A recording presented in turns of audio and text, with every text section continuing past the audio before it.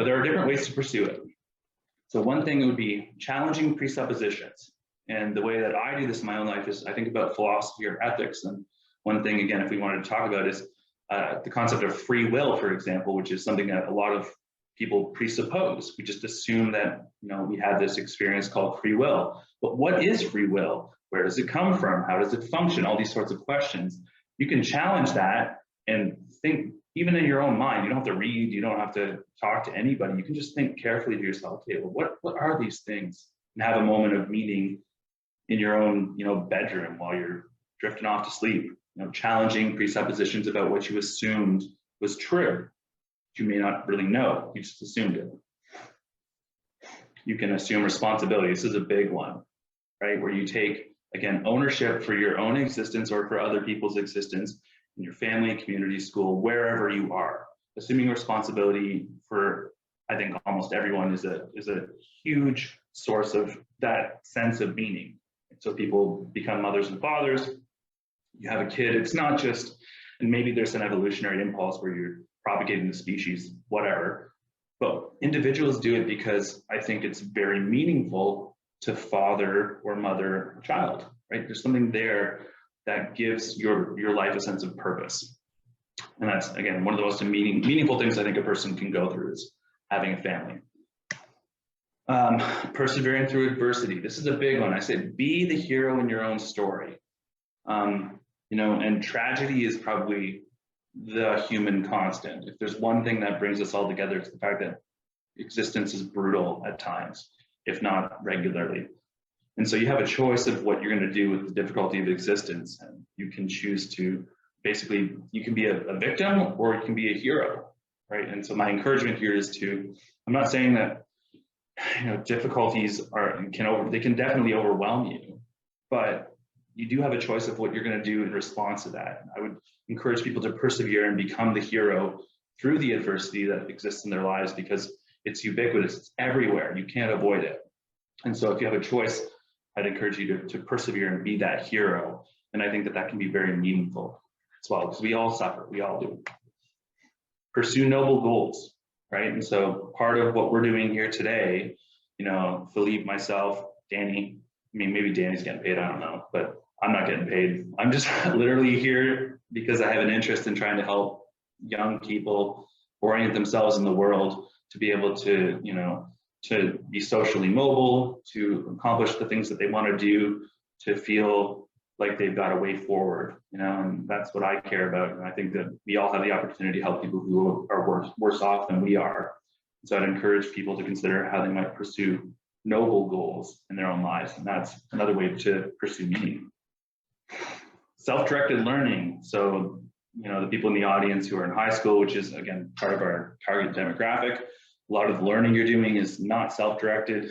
It is something that someone else has dialed in for you, whether that be the Ontario Ministry of Education or someone else. Self-directed learning is really powerful because it's you following your own interests. And the story I'll give you is, I've done a bit of musical education over my life, and I started playing piano, which was something that my parents put me into at a young age.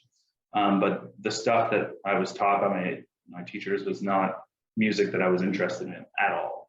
And so, you kind of plug away, you do a little bit of work, but I never really committed time and effort to becoming competent at the piano. And then at about 15, 16, I picked up the guitar, and I love classic rock, and I just played whatever songs I wanted to, and really enjoyed the process of learning music that I cared about, and got really good at it. And I spent, in grade 12, just because of the way my schedule worked, I had 3 or 4 hours a day in school where I just played guitar, and I got really good at guitar because I spent 5 months, 4 hours a day, 5 days a week playing, and I followed the interest that really motivated me. And I became very good at guitar because I was doing something that was, again, self-directed learning. And so for me, that was a very, again, meaningful experience. It takes time, it's not immediate, but it's a way that I can follow my own interests to develop, a passion where I can produce something good in the world that inspires people. And again, music is something that's very deeply meaningful for a lot of us.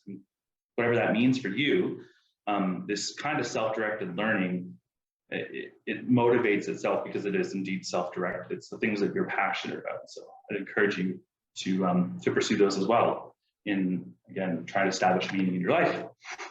And then in a very general sense, I would encourage people to seek new experiences, especially ones that inspire beauty and awe. So new experiences will always challenge you. They always push out your sense of what you understand in terms of order into the chaos just a little bit. It could be language, it could be cultural differences, I don't know what, but travel, I think, does challenge that preconception that you might have about what the world is supposed to be and what is possible. But yeah, if you find yourself in nature or an artistic endeavor, and I'm terrible at art and painting, but some people love that and they're able to express themselves very succinctly, and the depth of their soul can be manifested. So I would encourage people who want to do that kind of work as well to absolutely do it. These are the things that will, they will produce an expression of who you are on a fundamental level and help you to, again, find that meaning that does sustain us in life and helps to orient. So there's two things, again, that I want to leave with. One is that meaning does actually help you to persevere. Again, I got that on the list, persevere through adversity. If you have a sense of purpose, for whatever you're going through, that helps you to sustain yourself through it. But more importantly, in today's discussion, again, talking about personal finance, what I want to encourage people to do is think about meaning and finding it as a way to orient yourself through your life. So these moments where you're, again, learning and growing and assuming responsibility, pursuing noble goals, all these things will help you to find your way through the chaos that is life. You just don't know what it's going to throw at you.